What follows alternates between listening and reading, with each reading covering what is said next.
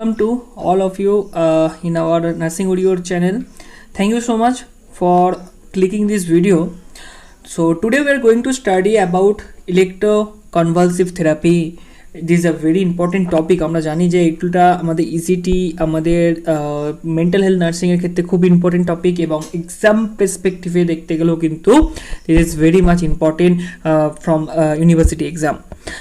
So electroconvulsive therapy is a procedure where we are using the electric currents passed through the brain, intentionally triggering the brief seizures. We know, I think, seizures meaning is the epilepsy like type and stiffness type. This is the seizure, and majorly here we are using the one kind of seizure, that is grand mal seizures we are using here. So ECT বুঝতে গেলে আমাদেরকে বুঝতে হবে যে আমরা দেখেছি যে আমরা ছবিতে দেখতে পাচ্ছি যে আমাদের সিনেমাতে আমরা দেখতে পেতাম যে সিনেমার আগেকার দিনের সিনেমাগুলো এখনকার দিনের সিনেমা যে সমস্ত ডিটেকটিভ সিনেমাগুলোতে মাথায় কিছু লাগাতো, তারপরে ইলেকট্রিক শক চালু করে দেওয়া হতো, তারপর আবার কেঁপে উঠতো. So that kind of seizure is also affecting is here due to electroconvulsive therapy. So এখানে আমরা ইলেকট্রিক কারেন্ট ইউজ করছি সেখানে আমাদের ইসিটিটা প্রোভাইড করার জন্য. So let's go to history পার্টে যদি আমরা দেখি যে প্রবাবলি আমরা যদি দেখি যে 1785-এ আমরা লন্ডনের একটা জার্নাল থেকে দেখা যায় যে প্রথম থেরাপিটিক ইউজ অফ সিজারের জন্য এটা ডকুমেন্টেড করা আছে. বাট ম্যাক্সিমাম ইউজ কিন্তু তখনই হয়েছিল যখন 1937-এ লিউকিউ বিনি যখন এটার উপর এক্সপেরিমেন্ট করে, এবং তারপরে 1940s এবং 1950s-এর পর থেকে কিন্তু আমরা দেখতে পাই যে ইসিটির একটা সবাই ব্যবহার করছে এবং সমস্ত ট্রিটমেন্টে ইসিটি মেন্টাল হেলথের ম্যাক্সিমাম যেগুলো সিরিয়াস লেভেলের ট্রিটমেন্ট আমরা যে পরে দেখব, যেমন হচ্ছে আমাদের দেখতে পাবো যে ম্যানিয়া, মেজর ডিপ্রেশন, লাইক দেন সিভিয়ার সাইকোসিস, অর্গানিক মেন্টাল ডিসঅর্ডার, এই সমস্ত ট্রিটমেন্টগুলোতে কিন্তু আমরা ইসিটিকে ব্যবহার হতে দেখতে পাবো. So let's go to the definition part. Electroconvulsive therapy is defined as formally known as electroshock. Already আমি বলেছি যে এখানে ইলেকট্রিক ব্যবহার করে শক দেওয়া হচ্ছে is a psychiatric treatment in which seizures are electrically induced in anaesthetised patient for therapeutic effect. Little bit wrong is here, মানে anaesthetic করার পরেই যে পেশেন্টকে দেওয়া হয় ইসিটি, এটা কিন্তু মোটেও না. এখানে দু রকমের টাইপ হয় ইসিটি, একটা হয় ডাইরেক্ট, একটা হয় indirect. For the direct types আমরা দেখতে পাবো যেখানে কিন্তু আমাদের অ্যানাস্থেসিয়া কিন্তু অ্যাবসেন্ট থাকবে, অর্থাৎ এখানে কিন্তু পেশেন্টকে আনকনসিয়াস করা হচ্ছে না. ডাইরেক্টে আমরা কিন্তু দেখতে পাবো যে এখানে কিন্তু রিল্যাক্সেন মাসল রিল্যাক্সেন কিন্তু ইউজ করা হয় না. এবং ডাইরেক্টের আরও একটা নাম হচ্ছে নন মডিফাইড ইসিটি হিসাবেও কিন্তু আমরা এটাকে জানি. আর ইনডাইরেক্টের ক্ষেত্রে কিন্তু আমরা অ্যানাস্থেসিয়া ইউজ করি, এবং অ্যানাস্থেসিয়া যে ইউজ করতেই হবে এরম না, যে সাইকিয়াট্রিক যে ডক্টর থাকবে তার প্রেসক্রিপশনে সে যদি প্রেসক্রাইব করে যে হ্যাঁ অ্যানাস্থেসিয়া ইউজ করা যেতে পারে পেশেন্টের ক্ষেত্রে, তাহলে সেক্ষেত্রে আমরা অ্যানাস্থেসিয়া ইউজ করতে পারি. আর যদি অ্যানাস্থেসিয়া না ইউজ করতে পারে সেখানে কিন্তু আমরা অ্যানাস্থেসিয়া ইউজ করব না. বাট এখানে কিন্তু আমরা অবশ্যই কিন্তু মাসেল রিল্যাক্সেন্টের কাজ কি, তার কারণ আমি অলরেডি বললাম যে গ্র্যান্ড মাল সিজার যেখানে যে সিজার কথাটি বারবার আসছে, যে গ্র্যান্ড মাল এখানে একটা সিজার হয়. গ্র্যান্ড মাল সিজার মূলত ভাবে দুভাবে দেখা যায়, একটা হলো দুটো ফেজ দেখা যায়, একটা হলো টনিক ফেজ আর একটা হলো clonic phase. Correct. In the tonic phase the patients affected only 10 to 15 seconds. In the clonic phase 30 to 60 second. অর্থাৎ এই সিজারটা যে হয় সেই সিজারটা কোনোটা 10 থেকে 15 সেকেন্ডের জন্য হয়, যেটা টনিক বলা হয়, আর যেটা ক্লনিক বলা হয় সেটা কিন্তু 30 to 60 সেকেন্ডের জন্য হয়. এবং এখানে কি হয়, টনিকের ক্ষেত্রে কি হয়, মাসেল স্টিফনেস দেখা যায়, muscle stiffness. I think all of you know যে what is the stiffness of muscle, stiffness phase দেখা যায়. বাট ক্লনিক ফেজে কিন্তু আমরা যেখানে দেখতে পাই যে ক্লনিক ফেজে কিন্তু আমরা জার্কিং মানে কাঁপা, তো কাঁপা ফেজ কিন্তু আমরা এখানে দেখতে পাই. তো আমরা বুঝতে পারলাম যে সিজারের দুটো type. Let's go to the next. Indication মানে কি ইন্ডিকেশন দেখলে আমরা ইসিটি প্রোভাইড করব. প্রথমে আমি বলেছি মেজর যদি কারো সিভিয়ার ডিপ্রেশন হয়ে থাকে, কোনো লাভ ওয়ান্স বা কোনো কিছু একটা বড় সাইকিয়াট্রিক ইভেন্টের মধ্য দিয়ে গেছে, মেজর লস হয়েছে, তো সেক্ষেত্রে কিন্তু আমরা সিভিয়ার ডিপ্রেশনের মধ্যে দেখতে পাই পেশেন্টকে, এবং সেক্ষেত্রে কিন্তু আমরা ইসিটি দিতে পারি। দেন সিভিয়ার ক্যাটাটোনিয়ার ক্ষেত্রেও আমরা দিতে পারি, ক্যাটাটোনিক স্টুপার যেগুলোকে বলা হয়। দেন সিভিয়ার সাইকোসিস অর্থাৎ ম্যানিয়া, ডিপ্রেশন, স্কিজোফেনিয়া, তো এই সমস্ত কারণে আমরা দেখতে পারি, অলরেডি লেখা আছে স্কিজোফেনিয়া, ম্যানিয়া, এই সমস্ত কারণে কিন্তু আমরা কি করব, ইসিটি দিতে পারবো। নেক্সট আমাদের যেটা দেখতে হবে মেকানিজম অফ অ্যাকশন, যে এই মেকানিজম অফ অ্যাকশনে কি দেখব, যে আমাদের যে ইসিটি কিভাবে কাজ করছে। ইসিটির কিন্তু কোনো ফিক্সড মেকানিজম নেই, এক্স্যাক্ট মেকানিজম অবশ্যই নেই, কিন্তু এখানে দেখা যায় যে হাইপোথিসিস স্টেটে কি করা হয়, যে ক্যাটেকোলামাইন প্যাথোয়েটকে কি করা হয়, ডাইসেপেনরল এবং লিম্বিক সিস্টেমকে কিন্তু এর মধ্যে ইনভলভ করা হয় হাইপোথ্যালামাসের মাধ্যমে, কারেক্ট না? তো নেক্সট হচ্ছে যেটা অলরেডি বললাম, যে টাইপসের টেকনিক, যেটা টাইপস বলো বা টেকনিক বলো, যে দু রকমের হয়, একটা হলো ডাইরেক্ট ইসিটি, একটা হলো মডিফাইড বা ইনডাইরেক্ট ইসিটি। তো ডাইরেক্ট ইসিটি এবং ইনডাইরেক্ট ইসিটি সম্পর্কে অলরেডি ডিসকাস করেছি, আই থিঙ্ক তোমরা বুঝে গেছো। নেক্সট হচ্ছে ইলেকট্রোডস অর্থাৎ এখানে দুভাবেই পদ্ধতি অ্যাপ্লিকেশন করা হয়, সেটা হলো একটা হলো ইউনিল্যাটারাল, একটা হলো বাইল্যাটারাল। বাইল্যাটারাল মানে হচ্ছে যদি আমার এটা হিউম্যান বিইং হয়, ওকে, তো দুদিকে ইলেকট্রোড ইউজ করা হবে, তো সেক্ষেত্রে এটাকে বলা হয় বাইল্যাটারাল। বাই মিনস টু, তো বাইল্যাটারাল মানে হচ্ছে দুদিকে আমার ইলেকট্রোড ইউজ হচ্ছে। এবং যদি আমি বলি ইউনিল্যাটারাল মিনস হচ্ছে যে এখানে একটা পোর্শনে কিন্তু আমরা দেখতে পাচ্ছি একদিকে কিন্তু আমার কি হচ্ছে, ইলেকট্রোড ইউজ হচ্ছে। ওকে, নেক্সট আমাদের যেটা এই যে ছবিতে দেখাচ্ছে না, বাইল্যাটারাল মিনস দুদিকে ইউজ হচ্ছে, আর ইউনিল্যাটারাল মানে হচ্ছে একদিকে ইউজ হচ্ছে, কারেক্ট? বোঝা গেল?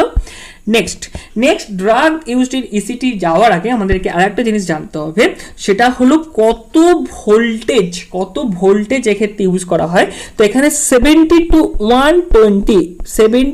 120 ভোল্টেজ ইউজ করা হয়। কতক্ষণের জন্য ইউজ করা হয় এই যে ইসিটিটা?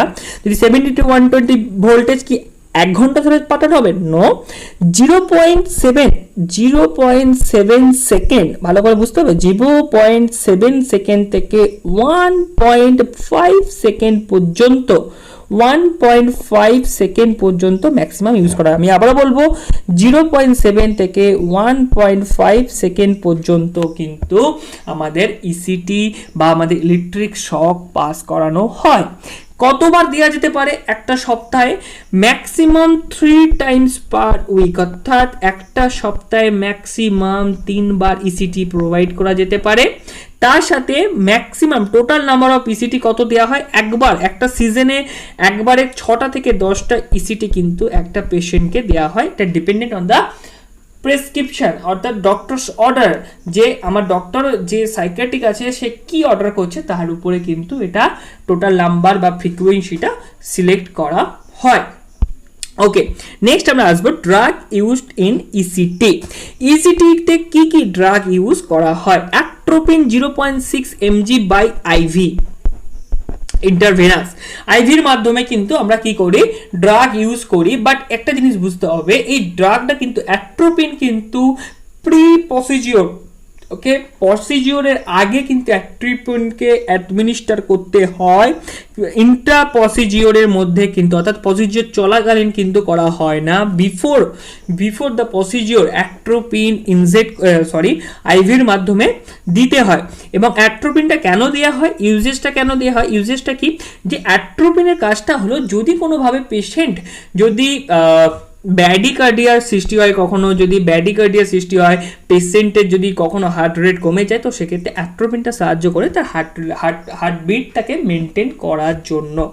নেক্সট আমাদের যেটা দেখতে হবে সেটা হলো অ্যাডমিনিস্ট্রেশন অফ অ্যানাস্থেটিক এজেন্ট, অর্থাৎ অ্যানাস্থেটিক এজেন্ট আমরা কেন ব্যবহার করি, যে anaesthetic for the sedative purpose বা ফর দ্য আনকনসিয়াসনেস পারপাস। তো আনকনসিয়াস করার জন্য পেশেন্টকে কিন্তু আমরা অ্যানাস্থেটিক ইউজ করে থাকি সাধারণভাবে।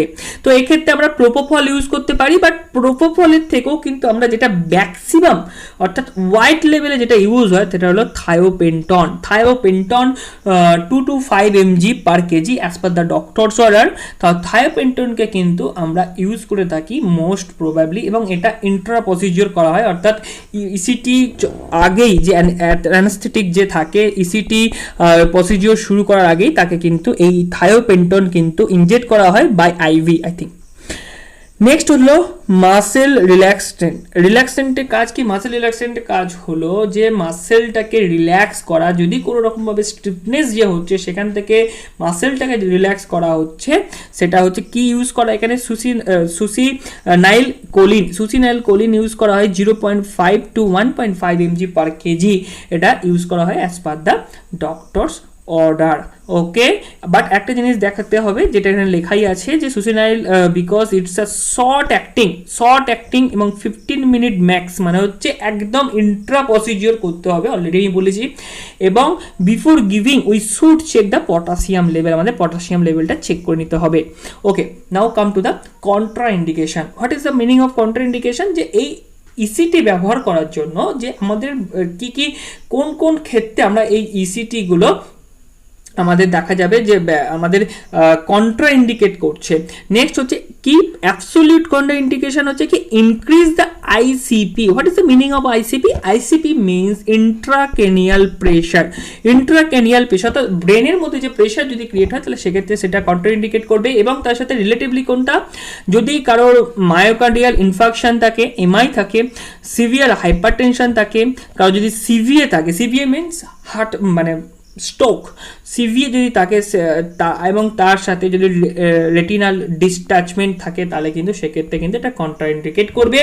সাইড এফেক্ট কী হতে পারে? Side effect, initial side effect memory loss হবে, ভমিটিং হতে পারে, ড্রাউজিনেস হতে পারে, তার সাথে অ্যানাস্থেসিয়ার যে সাইড এফেক্ট সেই সাইড এফেক্টগুলো হতে পারে, কনফিউশন হতে পারে, তো এরকম হতে পারে।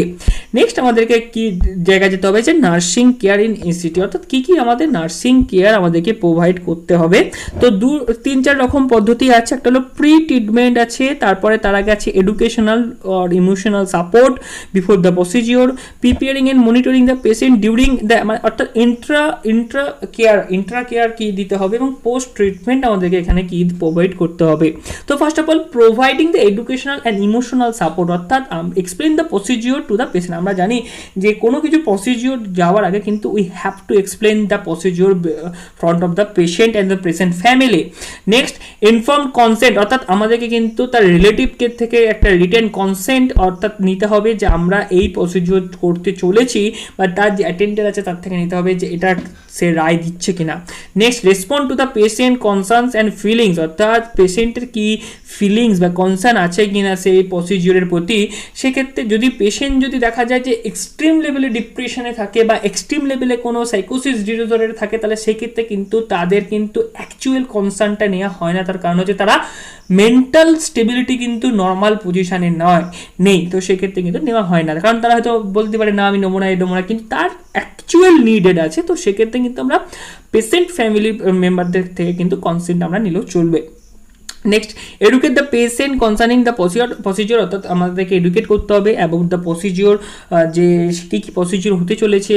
এছাড়া যেহেতু অ্যানাস্থেসিয়া ইউজ হচ্ছে তো সেক্ষেত্রে সেটা সমস্ত কিছু করতে হবে। তার সাথে আরও যে জিনিসটা করতে হবে initiate education intervention based on knowledge deficit, অর্থাৎ আমাদেরকে দেখতে হবে যে এডুকেশন ইন্টারভেনশনের প্রতি একটু নলেজ রাখতে হবে। নেক্সট আমাদেরকে প্রি ট্রিটমেন্ট নার্সিং কেয়ারের মধ্যে কী কী আছে, আমাদেরকে প্রি ট্রিটমেন্ট চেকলিস্ট যেগুলো থাকে, অর্থাৎ তার ভাইটালস কি আছে, কি পজিশনে আছে, এবং তার সাথে তার ডক্টরসকে কি অর্ডার আছে, তার এনপিও রাখতে হবে কি না, তার অক্সিজেন অ্যাডমিনিস্ট্রেশন করতে হবে কি না, বা তার বিফোর যে অ্যাট্রোপিন যে ইউজ হচ্ছে তো অ্যাট্রোপিনে কি আমাকে ইনজেক্ট করতে হতে পারে কি না। যেমন লেখা আছে NPO for minimum 4 hours before treatment to prevent possible aspiration during anaesthesia. তো সেক্ষেত্রে কিন্তু আমাদের এই জিনিসগুলো আমাদেরকে মাথায় রাখতে হবে। তার সাথে patient valuable things should be hand over to the patient family, এটা কিন্তু মাথায় রাখতে হবে। এবং পেশেন্টের আইডেন্টিটি চেক এবং তার সাথে তার ব্রেসলেট, অর্থাৎ যে আইডেন্টিটি ব্রেসলেট ফিল না করে দেন ট্রান্সফার করতে হবে তাকে পেশেন্টের তার ইসিটি রুমে ট্রান্সফার করতে হবে। ECG apply the ECG electrode apply করতে হবে, বিপি চেক করতে হবে, পালস অক্সিমিটার সেন্সর অর্থাৎ অক্সিজেন লেভেল দেখতে হবে।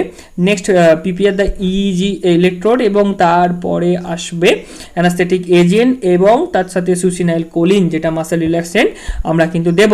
নেক্সট আমাদেরকে যেটা করতে হবে যে আমাদের ইউনিল্যাটারাল হবে না বাইল্যাটারাল হবে, তো সেক্ষেত্রে সেই অনুযায়ী কিন্তু আমাদেরকে স্ক্যাল্প রেডি করে তাকে অ্যাপ্লাই করতে হবে এবং তার সাথে যখন support the shoulder and arms of the patient, restrain the thigh with the help of sheet, অর্থাৎ সিটের মাধ্যমে তাকে রিস্টেন করতে হবে থাই। যেহেতু জার্কিং আসবে, যেগুলো সিজার্সগুলো বলা হলো গ্র্যান্ড মাল সিজার্সের মধ্যে, যেহেতু জার্কিং হবে বডিতে, সেগুলো আমাকে দেখতে হবে এবং অক্সিজেন কিন্তু কন্টিনিউ অ্যাডমিনিস্টার করতে হবে। তার কারণ if any patient has some breathing difficulty disorder, so that's why that is very much affected to the patient in that time.